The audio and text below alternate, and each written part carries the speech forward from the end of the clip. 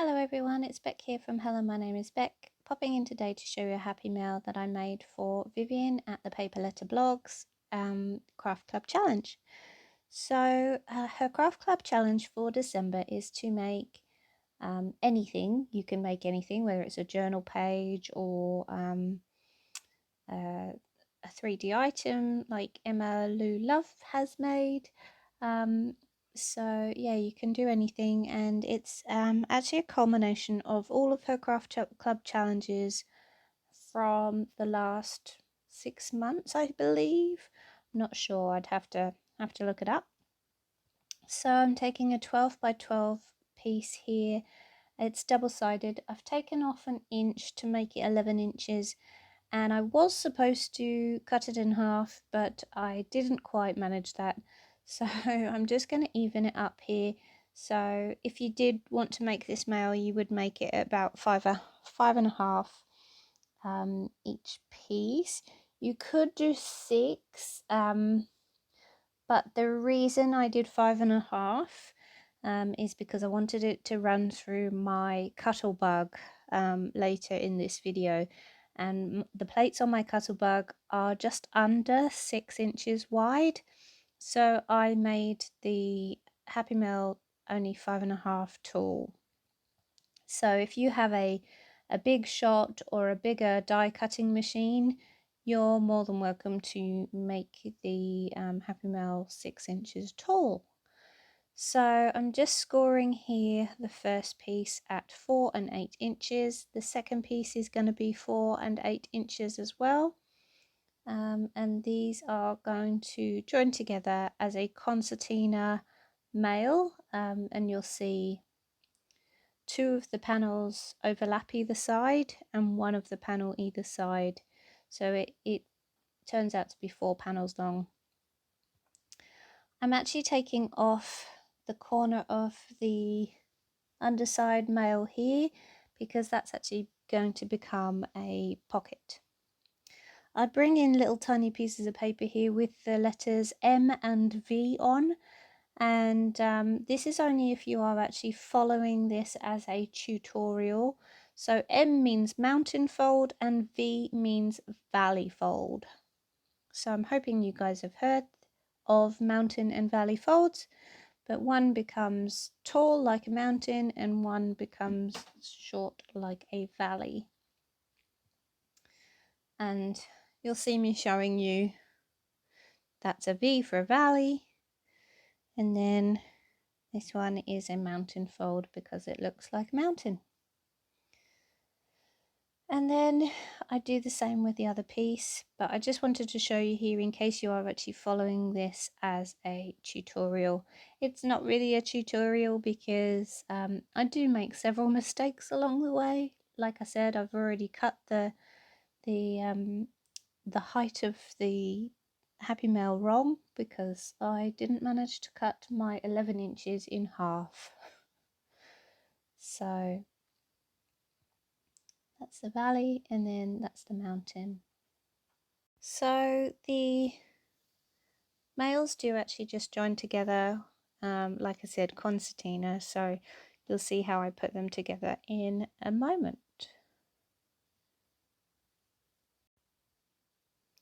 The paper that I've used here is the Carta Bella Flora No. 3 collection. It's the purple and black page, so you see the watercolor stripes there are sort of more mauve than they are pink.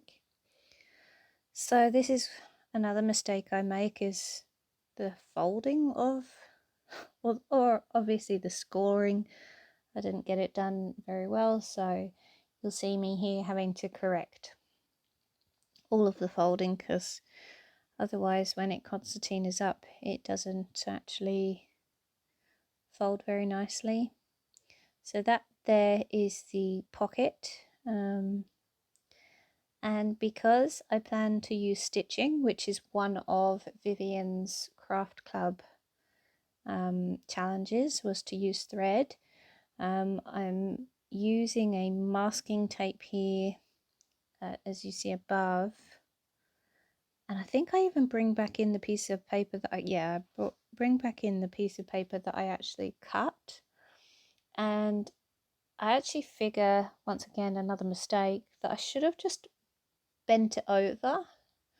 I should have just folded it rather than actually cutting it off. So if you are going to make this mail, rather than chopping off that corner, actually fold it over so that you actually get the pattern on the other side. So I end up gluing it back on.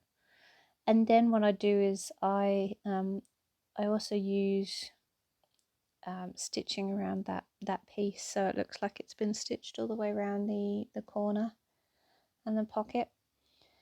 So I use the masking tape that you see. It's like a mixed media masking tape.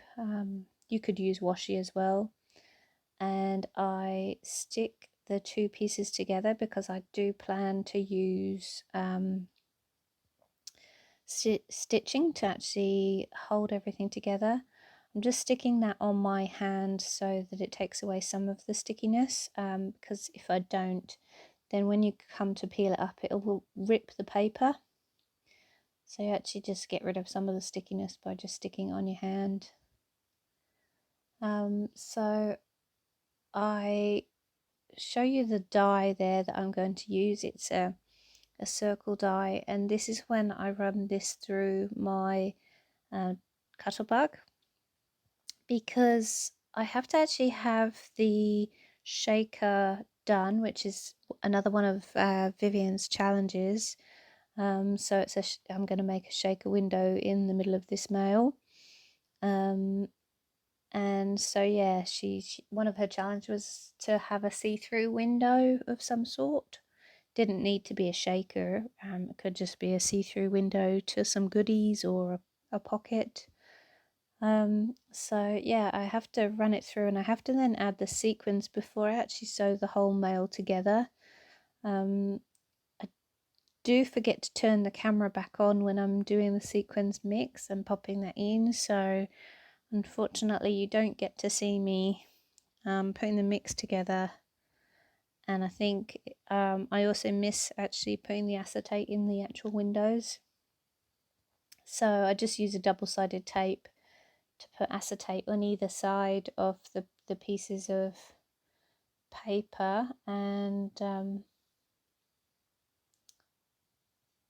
then what I do is I put the sequins in the middle and use more double-sided tape to stick the actual pieces together.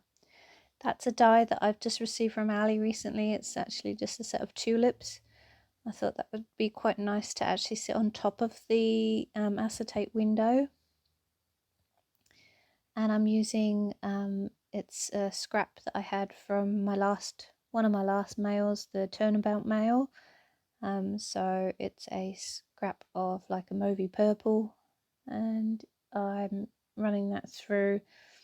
Now, in order for me to line it up with the other side, so put one side on the one side of the mail and the other side, I have to actually then use the other side of this paper to be able to get the opposite, like the mirror side of this die. So you'll see in a minute. Sorry, I'm probably confusing the hell out of you guys. But yes, in order to have the tulips line up through the window, you actually have to have one side rolled through in the purple, and then I have to use the same purple paper to turn over, which is the white one that you can see at the bottom of the screen now, to roll through again so that the die comes out opposite, so the purple is on the other side. I know what I mean, hopefully you guys do. So you'll see eventually when I get to sticking it down. So just popping out all those pieces. That's the only thing about this Cuttlebug. The Cuttlebug is 10 years old now, so I do need to upgrade. My friend Mary, she's just upgraded to a Big Shot, and it's making me want a new machine now. I've hand cranked for quite some time, so I'm thinking I'm going to go for a Gemini Junior. For those of you that don't know what a Gemini Junior is, it's a die cutting machine that does it for you. So it sucks the plates in and it rolls them through electronically and then gives them back to you. And from the sounds of lots and lots of reviews that I've had,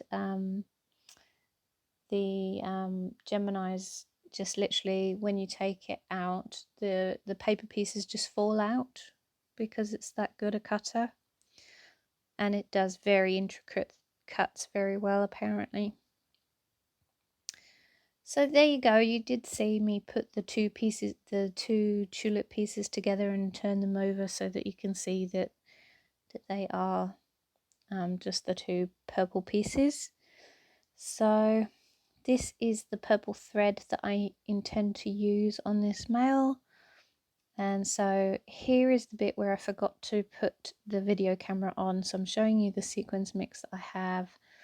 It's just some sort of rose gold pieces with some mauve sequins. And there's also like an oil slick sequin in there. So yeah, it kind of sort of reflects the purple very well. And so I've put the acetate windows in, and I've also then sewn around the outside of the whole male, and I've sewn up the pocket as well, just up to the edge. So I'm going to just stick these tulips down now on the pocket. I just thought it would add some interest to the window, not just have just a random cut out window in there. It really turns out quite nice, I think, with the tulips. So, and the Carta Bella range is quite a floral range anyway, so it does turn out quite nice. So the male that you see here is actually something that I've made specifically for the Craft Club Challenge. So the two things that I've actually managed to include out of all of the challenges that Vivian has done is I've done a see-through window and some sewing. At the end of this video, I do use, because I realised at some point that I've hardly done any of the challenges, so I do use a colouring book page to create the envelope for this mail. So because I've made this specifically for a challenge, I actually didn't have anyone in mind to give this to. And so if you've made it this far into this video, I'm actually going to do a hidden giveaway. So this mail is actually going to go to one of the people that comment on this video. And if you would like to receive this mail, I'd love you to comment down below what your favourite flower is. Then at least I know who is entering the giveaway. I've never done a giveaway really before on my YouTube channel, but I thought, hey, I haven't actually thought of a recipient for this mail. And if you want to carry on watching me decorate this mail, yeah, that would be fabulous. Stay all the way to the end. And like I said, if you comment below your favourite flower, then I know that you want to enter. If I don't get anyone enter, then I will probably just choose a random recipient from the Happy Mail group I am in on Facebook, so that they get to see what I've created here. I guess that's just me doubting that anyone's going to want this mail. So if you like this video, give it a thumbs up. If you have any questions, ask them in the comments below. Thank you to Vivian for constantly giving us inspiration and mojo by her amazing videos and amazing challenges on Patreon. If you are not a member of Vivian's Patreon, then she does these monthly challenges, and it just gives you that little bit of an extra push to think about something to make. So absolutely love her Patreon. If you are not subscribed to her, go over and subscribe because you are missing out on one of our best crafty people.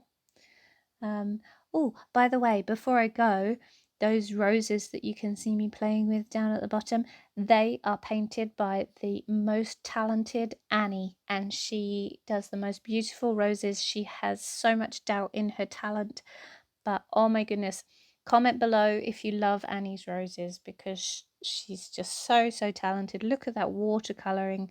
So there's a pink and a purple there that I'm just popping on the front. That, yes, Annie, you heard me, on the front of this Happy Mail. Okay, right, I'll leave you guys. Have a fabulous weekend. Christmas is coming up soon, so Merry Christmas to everyone. And my school holidays are coming up soon, so hopefully I'll get some more videos and voiceovers done for you. All right, guys, take care. Lots of crafty love coming your way, and yeah, I'll see you in my next video. See you. Bye.